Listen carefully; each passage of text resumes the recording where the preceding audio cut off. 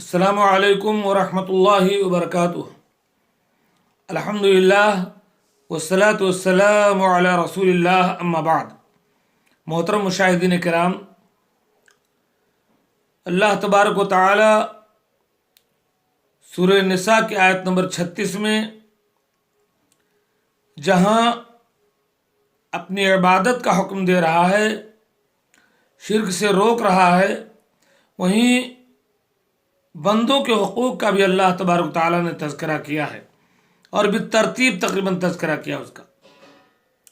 اگر ہم نے اللہ رب العالمین کے حقوق تو ادا کیے، نماز، روزہ، حج، زکوٰۃ، یہ سب کیا، اور اگر بندوں کے حقوق ہم نے ادا نہیں کیے، بندوں کے ساتھ ہم نے بے انصافی کی، بندوں کے ساتھ ہم نے ظلم کیا، کسی کا حق مارا، کسی کو ناحق ستایا، تو قیامت کے دن اللہ رب العالمین کے پکڑ سے ہم بچ نہیں پائیں گے، ہماری نیکیاں برباد ہو جائیں گی۔ اللہ کے نبی صلی اللہ علیہ وسلم کی صحیح حدیث اس بات کی شاہد ہے۔ سردست میں آپ سے یہ عرض کرنا چاہتا ہوں کہ اللہ تبارک و تعالیٰ سورہ نساء نمبر 36 میں اپنی عبادت کا حکم دے رہا ہے، شرک سے روک رہا ہے، اس کے بعد والدین کے حقوق کا تذکرہ کر رہا ہے،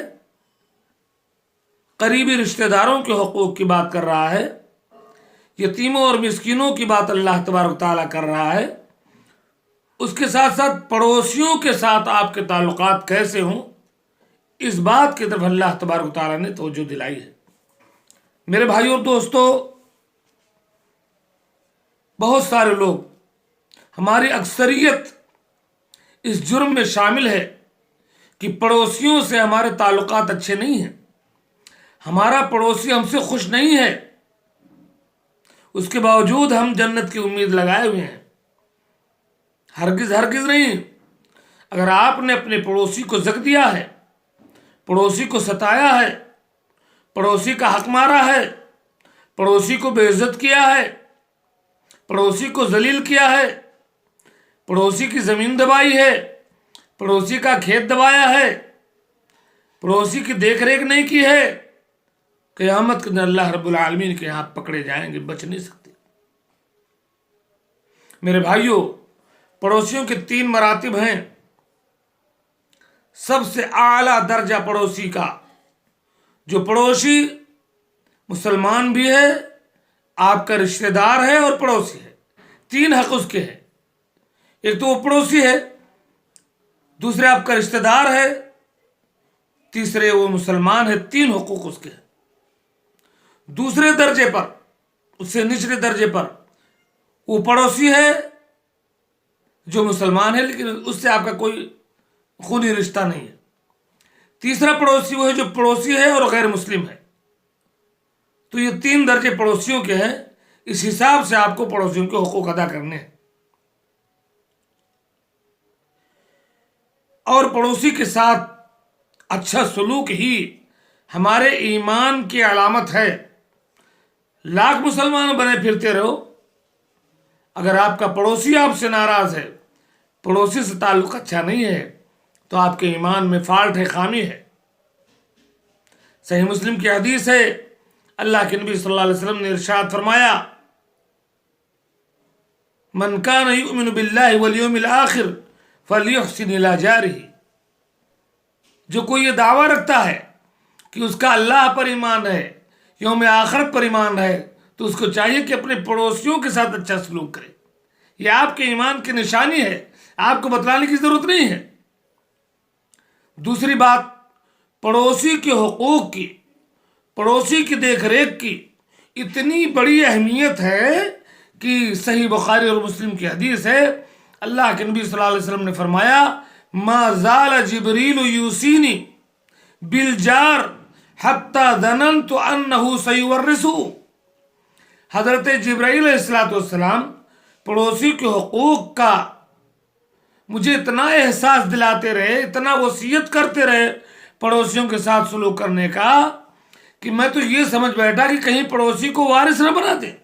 ہمارے مال میں اتنا بڑا مقام ہے، اتنا بڑا حق ہے، آپس میں پڑوسیوں کا، اور ہماری پڑوسی سے نہیں بنتی ہے۔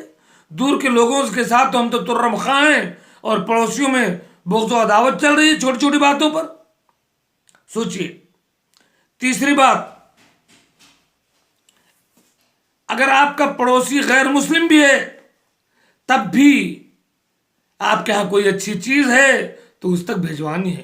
اتنا بڑا مقام ہے پڑوسی، چاہے کہ وہ مسلمان بھی ہو، آپ کا رشتہ دار ہو، کتنا بڑا حق بن جاتا ہے۔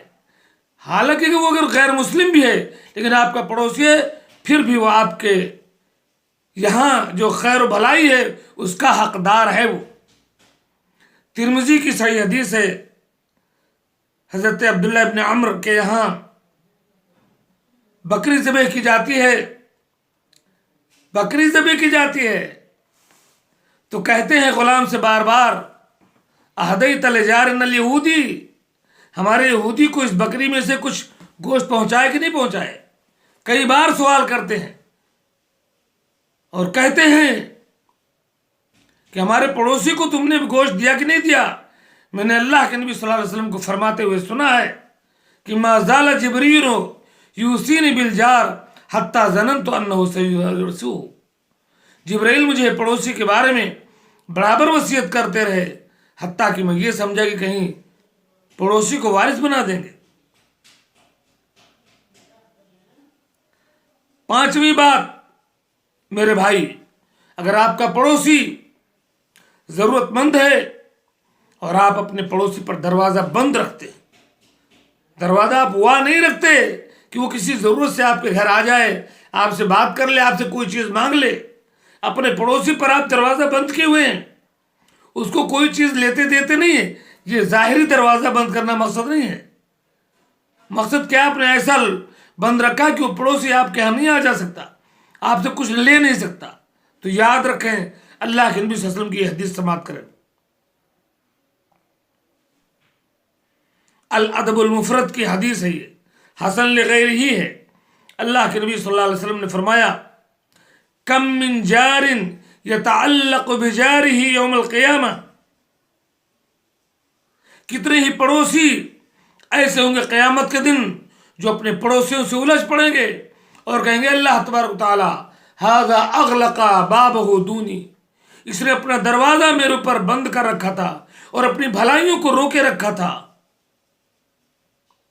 اپنے مال و دولت کو، اپنے کھانے پینے کی چیزوں کو مجھ سے روک رکھا تھا، دروازہ بند کیے ہوئے تھا میرے اوپر۔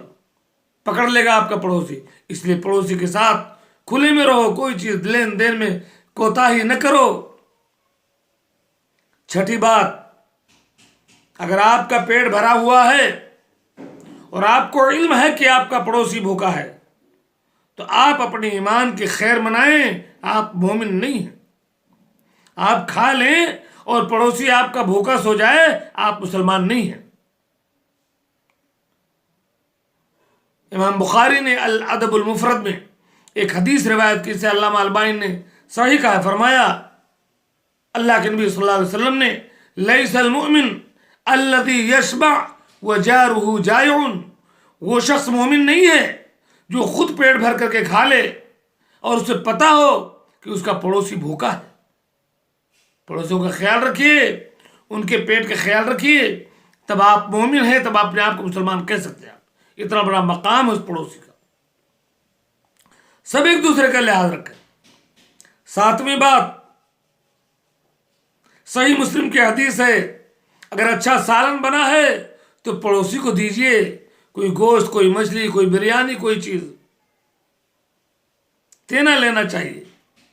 ایک دوسرے کو حقوق ادا ہوتے ہیں، محبتیں بڑھتی ہیں، نفرتیں مٹتی ہیں۔ اللہ کے نبی صلی اللہ علیہ وسلم نے حضرت ابو ذر سے کہا کہ یا ابا ذر اذا طبخت مرقۃ، اے ابو ذر جب تمہارے گھر میں کوئی سالن پکے فاکثر ماءھا، اس میں پانی تھوڑا بڑھا دو، وطاعھ جیران کا، اور اپنے غریب پڑوسیوں کا بھی خیال رکھو۔ سالن بڑھا دو، تھوڑا شوربہ زیادہ کر دو اور پڑوس میں بھی بھجوا دو، خالی خوشبو نہ پہنچاؤ ان تک۔ آٹھویں بات، اگر آپ پڑوسی کو اپنے تکلیف دے رہے ہیں، کئی چیزیں آپ جانتے ہیں کہ کن کن چیزوں سے ہم اپنے پڑوسی کو تکلیف دیتے ہیں. کبھی راستے میں پانی گرا کر کے، کبھی نالی کے سلسلے میں، کبھی کوڑا کرکٹ کے سلسلے میں، کبھی حق حقوق کے سلسلے میں، کبھی دیوار کھڑی کرنے کے سلسلے میں. نہ جانے کس حد تک ہم ضلالت پر گزرتے ہیں پڑوسی کو تکلیف دینے میں.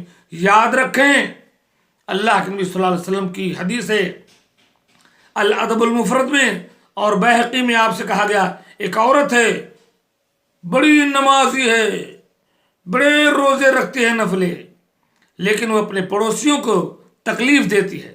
اللہ کے نبی صلی اللہ علیہ وسلم نے فرمایا لا خیر فیہا ہی فی النار. وہ عورت جو نمازی ہے، جو بڑے روزے رکھتی ہے لیکن پڑوسی کو تکلیف دیتی ہے، اس میں کوئی بھلائی نہیں، وہ جہنمی ہے.